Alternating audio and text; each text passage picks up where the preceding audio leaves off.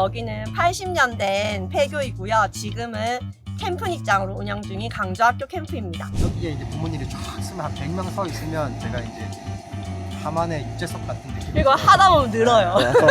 MC 역할. 네. 나 남편은 이제 그거 준비하고 한다고 살이 10kg나 빠져. 10kg 네, 빠졌다고요? 10kg 빠졌어요. 임대 계약을 할 수 있는 과정은 쉽지 않았어요. 교육청을 통해서 계약을 하게 됐는데 극복할 수 있었던 원동력. 후회하신 적은 없으신가요?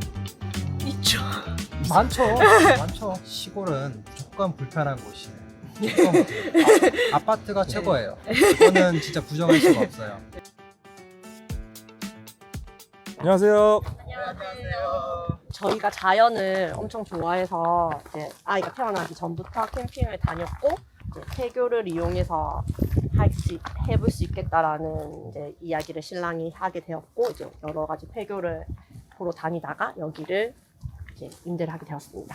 조금 많이 찾아주시는 편이에요. 작년에 이제 17,000명 오셨는 곳이 있어요. 그래서 저희가 만실일 될 경우에는 이제 130명. 운동회라든가 보물찾기라든가 페이스 페인팅 그리고 어떤 그런 이벤트를 제가 시즌별로 많이 해요. 하루에 한 5개, 6개를 진행을 해요.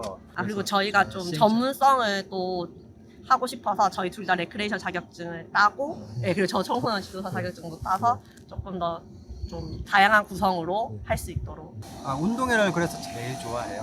운동회 더우나 추우나 운동회를 안 하면 이제 좀 불만이 있을 만큼 제일 좋아해요.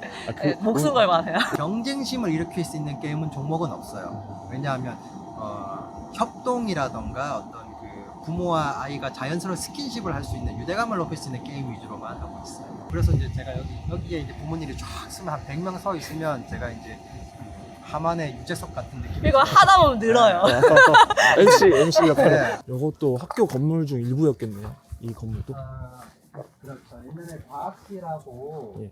음악실하고 어떤 그런 특수활동 교실이었어요. 교실을 이제 복도하고 퍼서 화장실, 샤워실, 설거지장 만들고. 여기는 이제 올해 새로 만든 곳인데 이제 색칠 그림 그리고 하는 공간이에요. 그래서 이것도 저희 하나하나 다 인쇄 도안 만들고 필름 붙이고 새로 만들었어요. 이런 비석이나 동상들을 하나하나 보시면 이 학교를 졸업하신 분들이나 동네 주민들이 기증한 것들이 굉장히 많아요. 그래서 저희가 단순하게 지금은 여기 사업자로 있지만은 이 마을 분들이나 이 지역의 모든 분들의 힘이 다 합쳐서 지어진 학교라서 의미가 굉장히 커요. 그래서 저희도 여기를 함부로 대하거나 조금 훼손한다거나 그런지 알아야 된다고 하는 좀 의무감도 사실 있어요.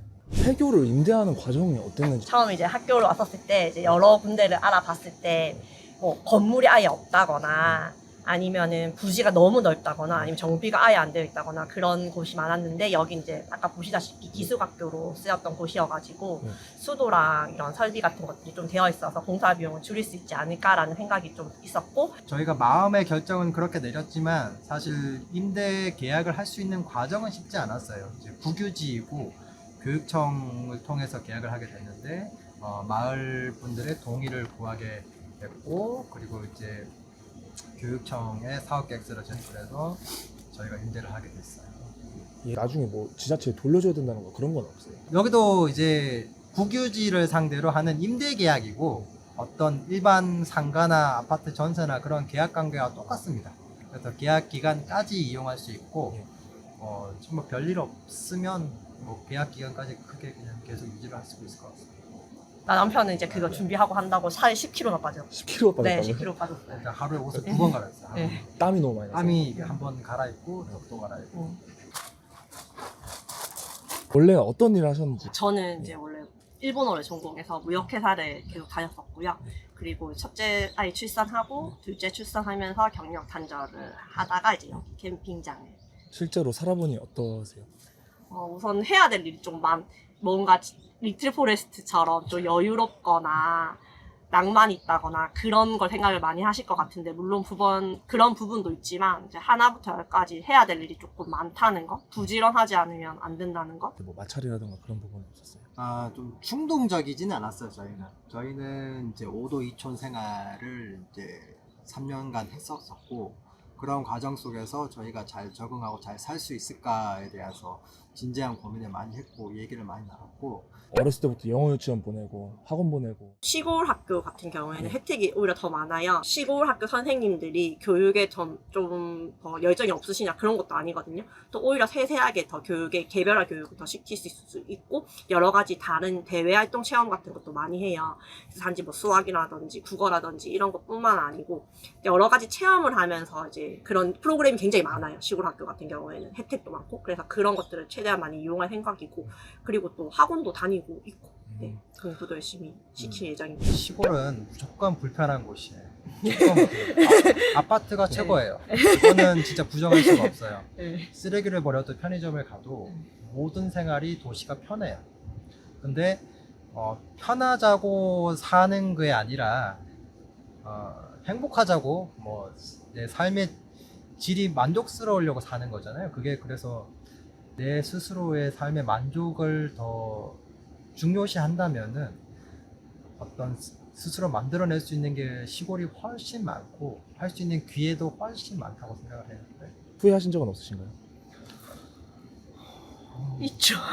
많죠. 많고 네. 되돌아갈 수 없죠. 네. 너무 많이 크게 벌려놔서 가끔씩 직장을 다시 들어가고 싶긴 해요.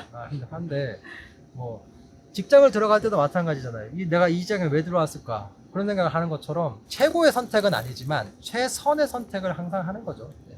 극복할 수 있었던 원동력이 있다면 대출이자. 네, 대출이자. 기대한 답변은 이제 가족. 아, 네. 그래서 아, 네, 그건 맞아요, 너무 맞아요. 가족이. 뻔할 것 같아서. 네. 내가 폐교 캠프장 사장이 될 수 있게 해줘서 고마워. 고마워.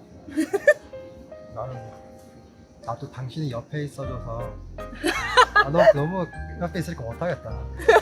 힘들어. 다시 취직할래. 가족이 있기 때문에 이게 같이 할 수 있는 거고 그거를 꾸려나가는 또 재미도 있고 당신에게 참 감사합니다. 부모도 아이도 행복한 시간을 만들 수 있는 그런 공동체 공간을 만들고 싶어요. 그래서 농촌 유학센터를 나중에 여기 공간에 만들어서 조금은 잠시나마 시골에서 생활을 해볼 수 있는 그런 농촌 유학센터를 만들고 싶습니다. 항상 재방문해 주셔서 너무 감사하고요. 저희 이번에도 여러 가지 새로운 것들도 준비하고 기존에 했던 다양한 이벤트들 열심히 준비했으니까 많이 방문해 주셨으면 좋겠고 늘 찾고 싶은 강주학교 캠프 만들어 가도록 하겠습니다. 우리 강주학교 캠프에서 놀자!